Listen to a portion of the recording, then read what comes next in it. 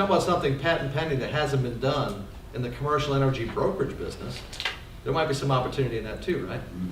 So I don't want to do all of Jim's presentation while he's standing here, but I do want you to pay close attention to what he's talking about, because he gives you a big stick to walk in anywhere and go get their business. And everything else we have here too crosses over. We want to turn customers into clients. So please give a hand to Mr. Jim Sharon. So today I'm here this morning to share a couple things with you. I want to tell you a little bit about our story, and then I want to tell you about our difference from two different perspectives. Our difference from a client's perspective, you know, what they think about energy procurement, working with a company like us versus are there other options. And then I also want to talk about the difference from a Bidpoint advisor's perspective, so that you know, you're looking perhaps opportunities. There's opportunities everywhere, but why would you want to do this, and how is it different? So I'm going to do that, and it's tucked in there. I'm going to just share a couple common mistakes. See, whenever I do a presentation, I always like to put myself in your seat, and I'm thinking, all right, you know, if I was asking the questions, what would I want to know? And so that's what this is designed to do. I'm sure there's going to be some questions you have along the way, and as Mike mentioned, I'll be around today to breaks after the event's over. Feel free to come up and ask all those kinds of questions. This is Atlanta, Georgia, but you know, any major city you go to, or if you ever, you know, on a plane flying from one place to the next, you can see, you know, our country, even if you take the perspective from that NASA shot from up in outer space, and you can see distinctly the outline of our country. There's a whole lot of energy being consumed 24 hours a day. It just never ever stops. If you're in business, you have to have it. You know, times could be really, really, really rough for a business, and they never gather the management of the company in the boardroom, and they're trying to strategize about where can we cut things in the budget to survive. And nobody ever raises their hand and says, hey, I got an idea. We could turn off the electricity for 6 months until things get better. It just never happens. They go ahead and continue to pay for electricity up to and sometimes beyond shutting the doors. So it's something they have to have. Natural gas as well, if they're using natural gas for heating or whatever. And so the opportunity for you is phenomenal to be able to create a revenue stream that every time they're paying their energy bill, you get a piece of that action. So it's a good business. It's the reason I was attracted to it, certainly. It captured my imagination, thought about it. And so as I'm talking about our story, I want to let you know that Joe Mittiga, as Rick already pointed out, Joe Mittiga and I have to jump kind of in the middle because I've got 30 minutes, so I can't tell you the whole story. We could be here for 2 days. But it starts out where Joe and I are working at a commercial energy brokerage. This company was based in Texas. We're in Georgia. Joe was the first guy to sign up with this company. I was the second. And within months, Joe and I were doing the national sales calls. We're helping this company recruit, you know, hundreds and hundreds of reps around the country. But within 6 months, I'm also realizing that they don't have the back end in place, and the people they have there are never ever going to put it in place. Not being derogatory, it's just God wired my brain to work like it does, and you know, I'm doing everything in systems, and one thing follows the next. You have to have this done if this is ever going to happen. And I'm just seeing that there's all kinds of gaps and problems, and it's not going to go where it needs to go to be something big. Plus, most everywhere with that company, we were just one company and one price. And so, you know, you're sitting across the desk from a business owner or someone in that company that buys energy. And if it's a deregulated market, they're not dumb. They know that there's competition. There's more than Jim and his one price out there. So I need to talk to everybody else that has a price so I can find out who's got a better price. Which means, as a sales guy, I'm winning some and I'm losing some. It has nothing to do with me and my ability to communicate or my relationship with my client. It's who's got the best price. And I don't know about you guys, but I just hate to lose. You know, if I'm out there working, I want to be able to win. And I don't want it to be based on other circumstances beyond my control. So different things happen along the way with that company, and Joe and I realized, you know, for our long-term we needed to be doing something else. We started kicking around ideas of starting our own company. And as we were doing that, it's easy at that stage when you're not really doing anything quite yet to be able to design what would this company be, what would it do, how would it be different. And the key thing, I wanted to get up from across the desk from the consumer, the business owner, because I'm just one of those other prices out there. I wanted to walk around behind the desk, and I wanted to represent the client. I didn't want to be one company, one price. I wanted to leverage my expertise in the energy business and help that client do energy procurement and go find the best price, which that's a big challenge to do if you want to know the truth, because the market just doesn't work that way. Most businesses, well, first of all, you should know that deregulation's been around about 20 years, and still today, depending on which market you're in, it ranges anywhere from 30 all the way up to 60% of the businesses out there aren't taking advantage of deregulation. They're still with the utility company. They're paying a regulated rate instead of letting competition work in their favor and get a market rate that's cheaper.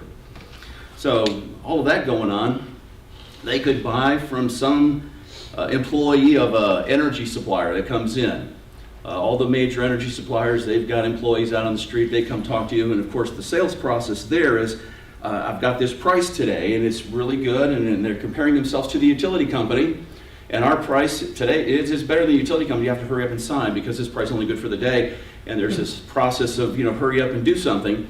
And so a lot of times business, that's what they do. They saved a little money, they got other things, they're focused on their business, they're not really focused on energy, so they just do that.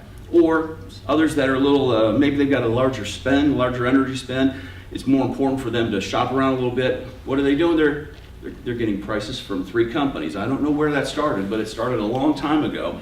And it's this idea of getting 3 prices and picking the lowest one, and that should be pretty good. I've got a slide coming up a little bit that'll show you how difficult that could be. But what we want to do was something very, very different.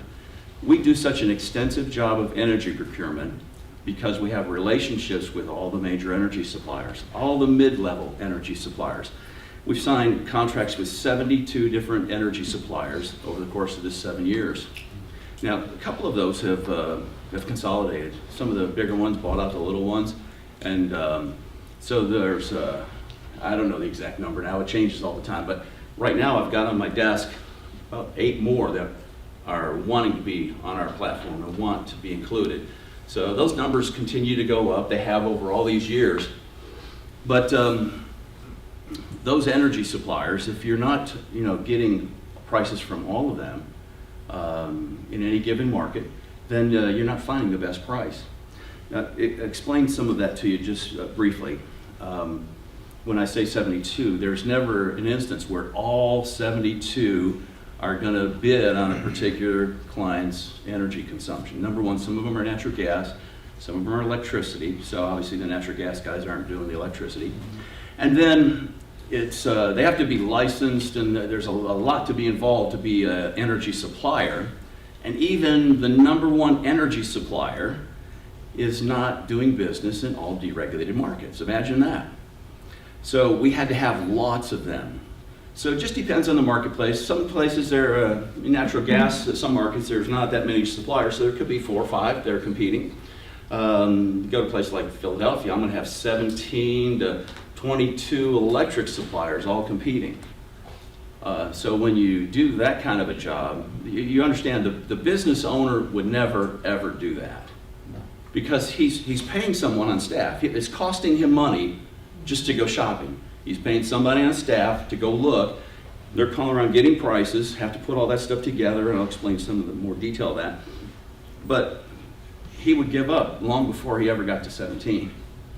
If they do 3, they feel like they're doing a really good job. So just know when you go in to talk to somebody that what we provide for them is something that's unmatched. They can't get that anywhere else.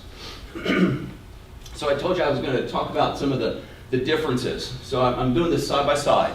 The competition, the one company, one price, which is common out there, versus Avion Energy. It's the one company that they can deal with and discover the best price, which is a huge, significant difference.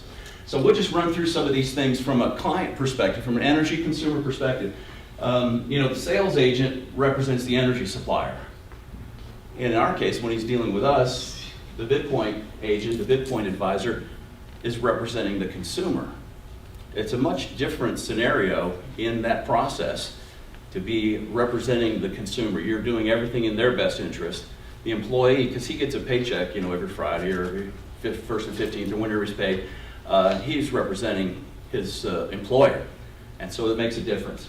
Now, the consumer on this other side, one company, one price, the consumer has to do all the work. If he wants to go shopping, he's got to talk to this salesperson, he's got to talk to that salesperson, the next salesperson. And then, because of how the industry works, he's got to put all this together in an apples-to-apples comparison to really know who's got the best price. Well, we're already doing that already for him. Avion Energy, we're doing all the work. We gather some documentation. They are, in effect, outsourcing energy procurement to us, and we do an extensive job and produce best pricing. Oftentimes they settle for minimal effort, like we talked about. I'm paying my employee. I'm not going to ask them to go do something beyond that. They're going to just do a little bit, see if they can get a competitive price and move on. We do that extensive job of energy procurement. They're going to be subject to, in the sales process, to what I call smoke and mirrors. You have to understand, in the energy business, we're selling kilowatt hours or therms of natural gas. Nobody out there has better electricity. Rick, I want to sell you that I've got better electricity. It's better than everybody else. It just doesn't exist. A kilowatt hour is a kilowatt hour. No matter where it's generated, no matter how it's transported or to get to the consumer, it's all the same. So what happens when you're just competing with a commodity that's the same? It's all about price. No matter what they tell you, it's just the price. That's what's important. So if I'm a sales guy, I got one company, one price, my company, and maybe they don't have the best price. What happens a lot of times is this smoke and mirrors that takes place. They say, best price I found for you today is X, and that price, to compete with the other 3 people they're shopping with, looks better, but darn, he didn't reveal that there's some pass-through charges buried on page 5 of a contract. So it's not an apple-to-apples comparison. We see it all the time. Lots of different ways that it's done. But we never let that happen. No trickery allowed. When we do our request for pricing to the energy supplier, it's very specific. They can only respond in a certain way, which makes all of our prices, apples to apples. So the consumer can easily determine who's got the best price. Well, there you go. Now, probably in my estimation, the biggest thing that we do for a consumer is that we're going to manage their energy procurement on and on. This is not just a one-time deal. Unlike competition, they may be coming in, they know that, when it comes time to renew that contract, when it expires, if they're winning some, losing some, they could very well lose the deal. So they tend to want to lock a customer in for a longer period of time, not because it's an advantage to the customer, but they get paid longer. They go ahead and do different things where they're not concerned about the contract expiring because it's kind of it's a dirty little secret in the industry. When a consumer typically stays with an energy supplier 5 to 7 years, and so many times the key thing is to, a teaser rate. I refer to it as a teaser rate. They give them a nice low rate to start, and if it's an all-inclusive fixed rate contract, if it's a fixed rate where they're paying the same price per kilowatt hour for every kilowatt hour they consume, well, the only way in this industry, commodities prices for electricity and natural gas are very volatile. They change every 15 minutes. So how can a company guarantee that it's going to be the same price for the next 2 years? Well, the only way they do that is they reach in their pocket, they pull out their own money, the day that the contract's signed, and they go buy 2 years worth of electricity. Then they can guarantee that price. And then they allow the consumer to use it over the next 2 years and pay them as it's being consumed. So that's typically how it works. In a very brief description. It's much more complicated, especially the bigger you get. There's a lot of things behind that and how it works. But in essence, that's what happens. And then what you'll find out there as you talk to people, most businesses don't manage their contracts well. They don't know when they expire. If I've ever called on a customer, you ask them if they are under contract, they don't know. Would you have a copy of your contract? Somewhere, but they don't know. Probably got put in the bill drawer, and then, you know, at the end of the year, on December 31st, they box it up, put it in the attic or something. They're not sure where it is, and that's common. So yeah, don't worry about that. But it happens, and what then takes place is that energy supplier will continue to raise the rates. It's not the very next month where it, bam, goes up, because they'll notice that, but it starts to go up slowly over time. We've got lots of stories I can tell you, but I'll just tell you, because of time today, I'll just tell you the most outrageous story concerning that. Eddystone, Pennsylvania, a little town, little small municipality, suburb of Philadelphia. It's on the south side of town near the airport. And Eddystone had a gentleman on staff that it was his job, among a whole bunch of other things, because they only, you know, got prices for energy once a year. They always did a one-year contract. And so this gentleman was elderly, he passed. And when it came time to share his responsibilities to other people in the office, since he only did this once a year, nobody even thought about energy procurement. So for 4 years, they were out of contract. And for 4 years, this energy supplier continued to raise the rates. Just slowly, they didn't notice it, but they raised them a lot. As I told you, this was the most outrageous example that we have. When one of our sales agents showed up and talked to them, they said, yeah, you know, we haven't done that in quite a while. Let's go ahead, we'll shop it for us and see what we come up with. Well, number one, instead of getting 3 prices, we show up with, you know, like 17. It's like, whoa, all right. They could easily see who had the best price. The thing was, though, they were paying at the time 32 and 36 cents on some of the different meters around town. It wasn't even the same price. 32 and 36 cents, and if you understand electricity pricing, we ended up getting them a price of 7.6 cents. It's a 400%, that's the largest one so far. They were being overcharged 400%. And there's, what happens in these a lot of small towns, you know, the city council approves things, and there's always a reporter there, and they have a little report of what happens in the meeting. And so in Eddystone, Pennsylvania newspaper, I don't remember if it's the Post or what it's called, but there's, you know, this mention of Avion Energy saved them $15,000. That's how they framed it in this. $15,000 a month. And for this little town, that would have paid the salaries of a couple people. And so, again, if they're not managing their contracts well, they're going to be taken advantage of, pretty much across the board. I feel that's probably the number one best thing that we do for a client. Not just find the best price initially, but we show them and stick with them forever. It's been 7 years. We've got some clients, for whatever reason, some companies only want to do a one-year contract. We don't really care, because our process will keep them in best energy pricing on and on. 90 to 120 days before their contract expires, we're back in touch with them, letting them know your contract's about to expire. We're going to go start shopping again. And we'll go out and do the whole process all over again, find them best price right now, present that information to them. They select who they want to go with. Doesn't have to be the same supplier, could be anybody. There's no hiccup involved. They keep, you know, turning the lights on every time they do. The lights come on, so there's no issue about something not working. And they can switch to whomever at the appropriate times, and we manage all that for them. That's the reason we have a 91% retention rate.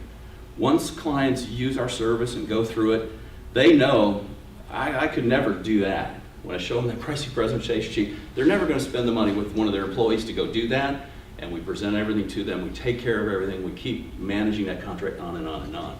So it's a great thing for those clients.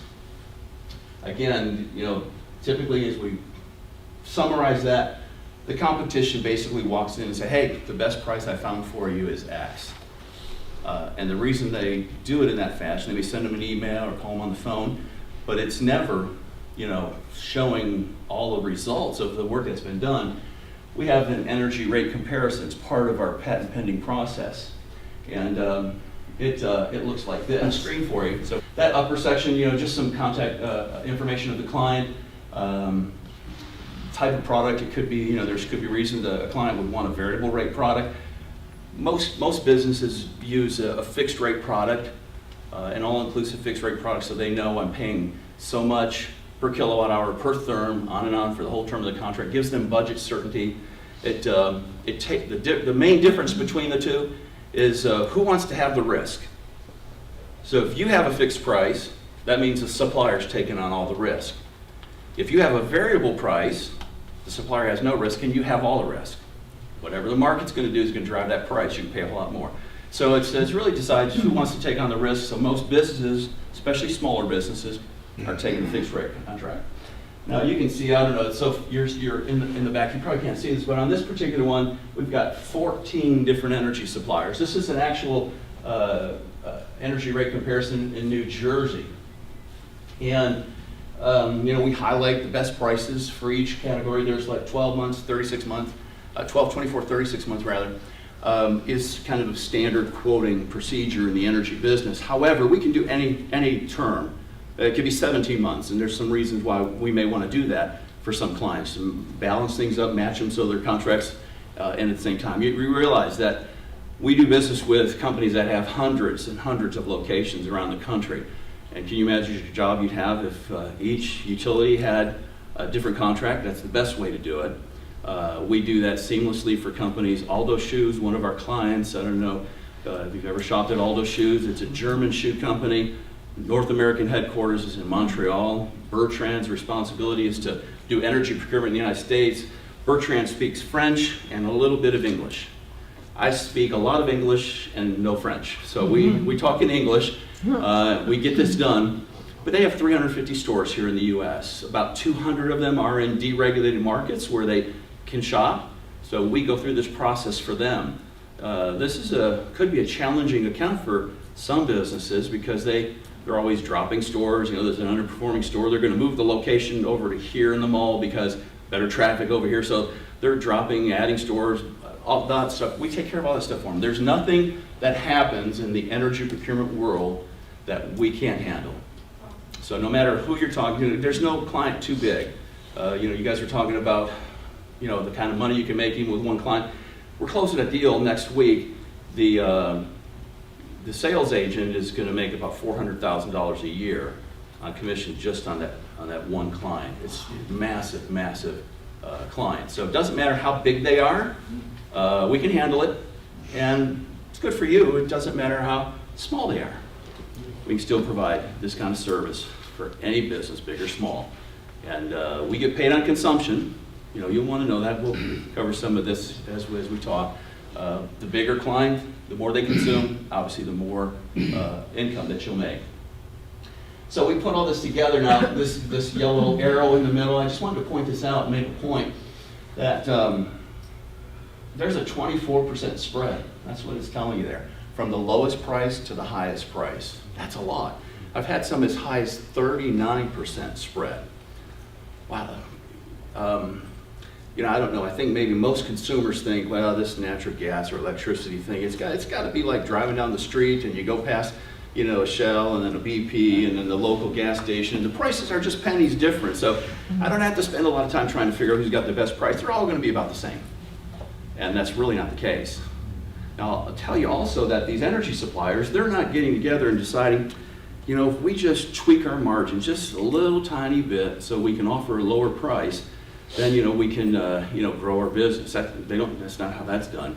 It's all about how they buy energy. I've been in their offices, rooms 3 times, 4 times this size, 50, 60 people sitting at a computer monitor all day long watching the commodities markets.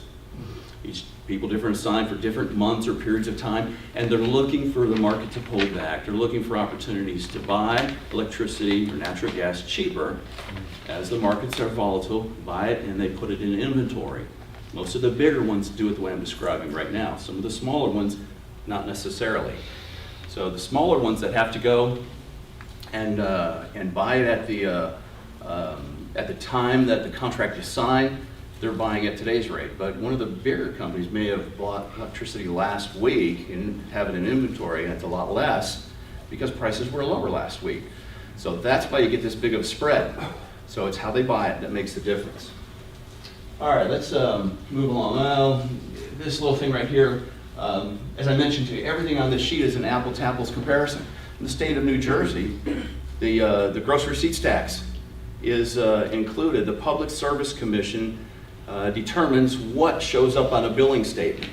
It's regulated. We talk about energy deregulation, but it's very highly regulated. So they only give the energy supplier one line item on the bill. So you've got more than just the supply. You've got gross receipts tax you have to add in. So they bundle that together in one line. Well, most companies in the state of New Jersey, when they're presenting pricing, will present the price including the gross receipts tax, because that's what's going to show up on the client's bill.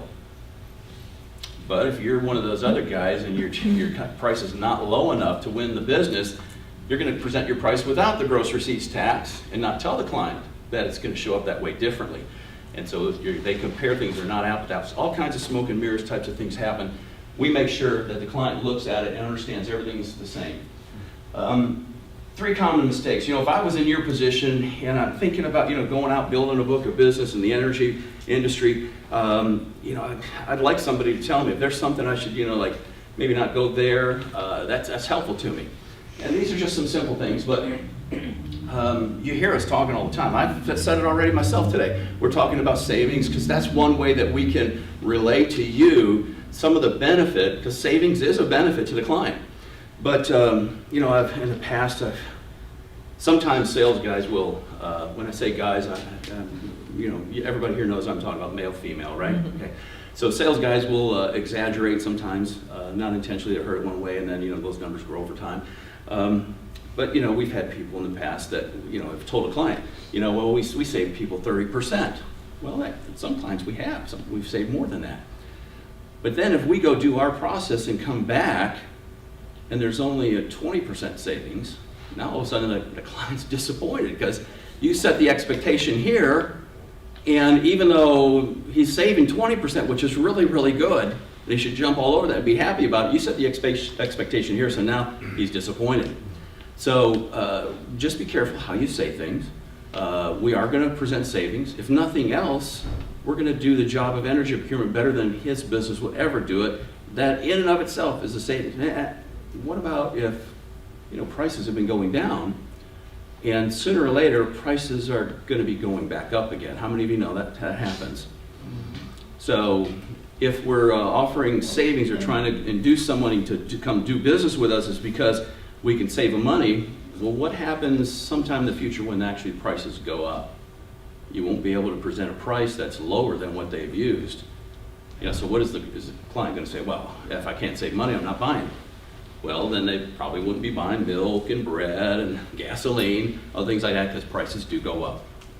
So again, if you're sharing with them and they understand who we are, what we do, you're selling them how to discover the absolute best price available today. That's what we do. That's what makes us different. So yes, we are going to provide some savings for them, but there could be times in the future when prices go up and they're going to have to spend a little bit more. Sometimes people are looking for a term to identify themselves and to explain to a consumer who they are. And it's not uncommon that people would choose to tell them that they're a broker. You have to be real careful with that, because in the industry, if you're a broker, if you're not telling people you're a broker, that means that you have to be licensed and you have to pay fees. And if you're doing business out on the street or you have a business card that says you're a broker, then you could get in trouble, you could get fined. We don't want that to happen. This just gives you a little bit of an idea. That is the Pennsylvania broker license application. If you thought it was like a half page, what's your name, address, email, and pay us $500, that's what it is. So it's quite extensive. Are you a consultant? That seems like an easy term to use as well, but in some states, if you're a consultant, you have to be licensed. Again, pay a lot of fees and stuff like that. So the term that you guys are using, an advisor, an energy advisor, is a very good term to use. It explains to the consumer what you do. Let's wrap up. From your perspective now, as a Bidpoint advisor, the other deals, the one company, one price, there's those out there. With us, one company, best price. Well, again, we said win some, lose some, or win every time. We wanted to create, Joe and I wanted to create an opportunity that would allow you to win every time. And I don't know, to me, that just makes all the sense in the world. That's what you have here with Bidpoint. Best price I found for you is X, or the energy rate comparison that reveals the best price. Night and day difference for the consumer and for you, because it gives you credibility. It should give you some warm, fuzzy feelings knowing that you're doing something for the client that they can't get anywhere else. And that's huge. It should give you confidence whenever you go in to talk to somebody. Because understand, the business owner, when you show up, he's thinking automatically that you're one of the other guys. Right. but you go in with the confidence that, no, that's not what we do at all. Let me explain what we do. If you're trying to build a long-term residual income, and yet when clients' contracts are coming up for renewal and you're losing them, it's hard to build long-term residual income when you can't keep business on the books. With us, we got 91% retention rate. And there's somebody already in the room, because my brain works that way too. If I was sitting out there, I'd say, so what happened to the other 9? Just wondering.